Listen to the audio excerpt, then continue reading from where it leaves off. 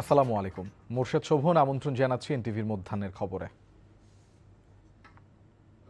রাজধানীর পল্লবীর শিশু রামিসা আক্তারকে ধর্ষণের পর নৃশংসভাবে হত্যার ঘটনায় আসামি সোহেল রানা ও তার স্ত্রী স্বপ্না আক্তারকে মৃত্যুদণ্ড দিয়েছে আদালত।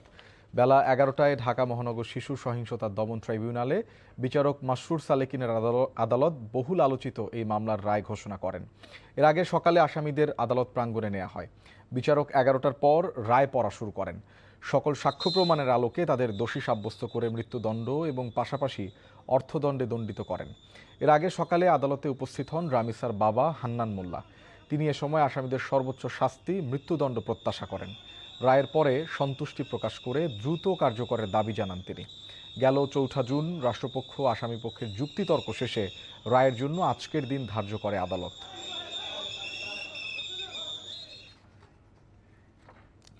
দর্শক, এই মুহূর্তে আলোচিত রামিসা ধর্ষণ ও হত্যা মামলার রায়ের পরবর্তী ব্রিফিং চলছে আদালত প্রাঙ্গণে। আমরা সরাসরি চলে যাচ্ছি সেখানে।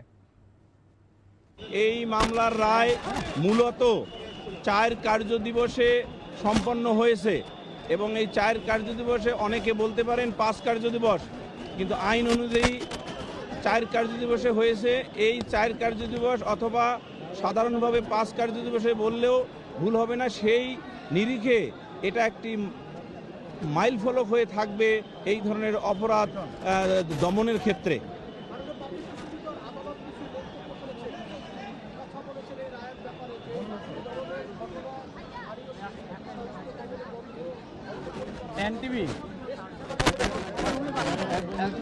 এগুলো আদালত যেগুলো ভাই যেটা বলতে যে আমরা যেটা শুনলাম আদালতে, এই ধরনের ধর্ষণ এবং শিশুকে হত্যা এটি শুধু পরিবার নয়, সমাজের জন্য ব্যাধিত করে এবং এটির যারা আসামি রয়েছেন অনুকম্পা পেতে পারেন না, তাদের দৃষ্টান্তমূলক শাস্তি উচিত ভবিষ্যতে যাতে এ ধরনের কোনো ঘটনা না ঘটে। এই ধরনের কথা বলেছেন। আমি প্রথমে বলেছি একটি রাষ্ট্রের মৌলিক যে সকল কাজ তার মধ্যে একটি হলো বা মৌলিক যে সকল উদ্দেশ্য তার মধ্যে একটি হলো ভবিষ্যৎ প্রজন্ম অর্থাৎ শিশুদের জন্য নিরাপদ আবাস তৈরি করা বা শিশুদের যে রক্ষা করা।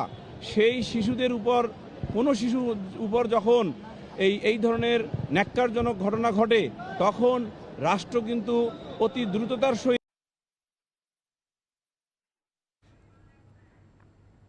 দর্শক, আমরা দেখছিলাম আলোচিত শিশু রামিসা ধর্ষণ হত্যা মামলার রায় পরবর্তী প্রেস ব্রিফিং। শিশুদের মানবিকভাবে গড়ে তুলতে নৈতিক শিক্ষার বিকল্প নেই। তাই প্রযুক্তি নির্ভরতা ও দক্ষতা বৃদ্ধির পাশাপাশি নৈতিকতা ও মানবিকতার শিক্ষার বিষয়ে গুরুত্ব দেওয়ার তাগিদ দিয়েছেন প্রধানমন্ত্রী তারেক রহমান। ঐক্যবদ্ধভাবে কাজ করলে দেশের অগ্রযাত্রা কেউ রুখতে পারবে না বলে মন্তব্য করেন সরকার প্রধান। বিস্তারিত জাহিদ রহমানের রিপোর্টে।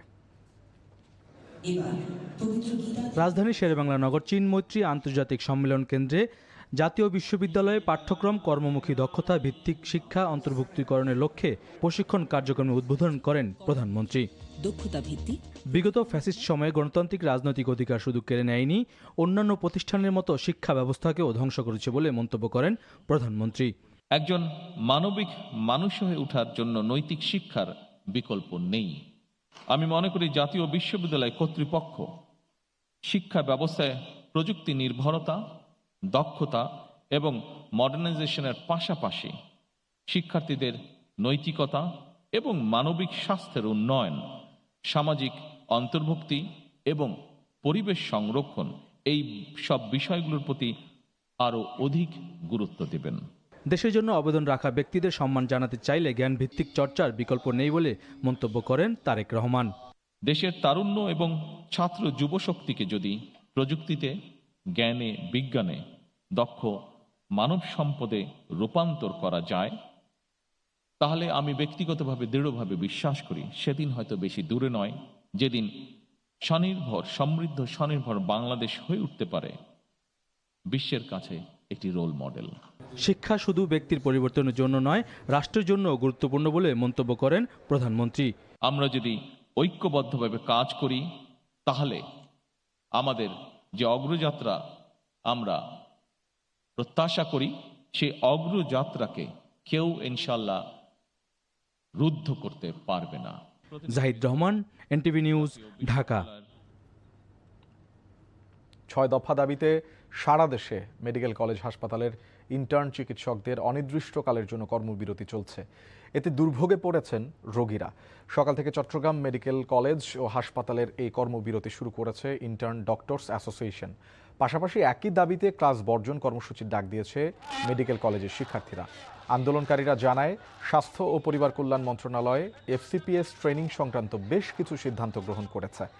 সেখানে ইন্টার্ন চিকিৎসকরা বিভিন্ন সুযোগ সুবিধা থেকে বঞ্চিত হচ্ছে।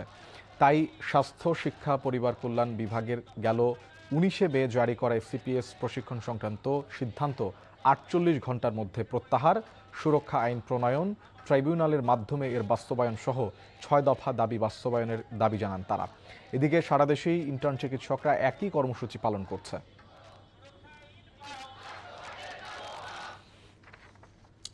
ঢাকা চট্টগ্রাম রেল লাইনের মিরেরসরাই বালুবোঝাই ট্রাকের সাথে পাহাড়িকা এক্সপ্রেস ট্রেনের সংঘর্ষের ঘটনা ঘটেছে। এতে ঢাকা চট্টগ্রাম রেল যোগাযোগ 2 ঘন্টা বন্ধ ছিল। প্রত্যক্ষদর্শীরা জানায়, সকাল 9:30টার দিকে মিরেরসরাইয়ে জোরগঞ্জ মধ্যম সেনপাহাড় এলাকায় লেভেল ক্রসিং গেটে দুর্ঘটনা ঘটে।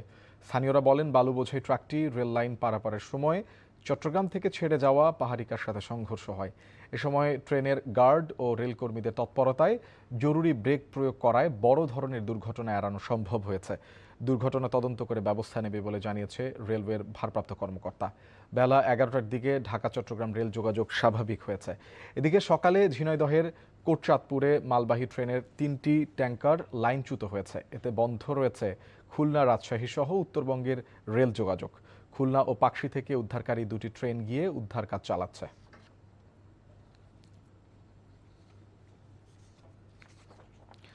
একে তো ভৈরব নদ থেকে অবৈধভাবে বালু উত্তোলন, তার উপর সরকারি ও ব্যক্তিগত সম্পদের ক্ষতি করে নতুন আবাসিক এলাকা তৈরি